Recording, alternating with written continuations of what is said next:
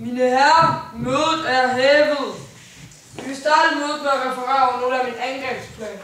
Jeg mener personligt selv, at vi skal lægge alle vores styrker ind på Rusland. Hvad mener I?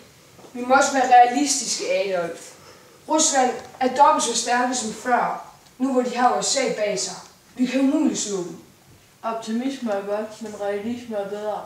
Pessimisme er bestemt ikke velset i min omgangskreds. Jeg mener for eksempel også, at hvis vi leger det her var Schweiz, så skulle vi afskærme den vejen for alle sider.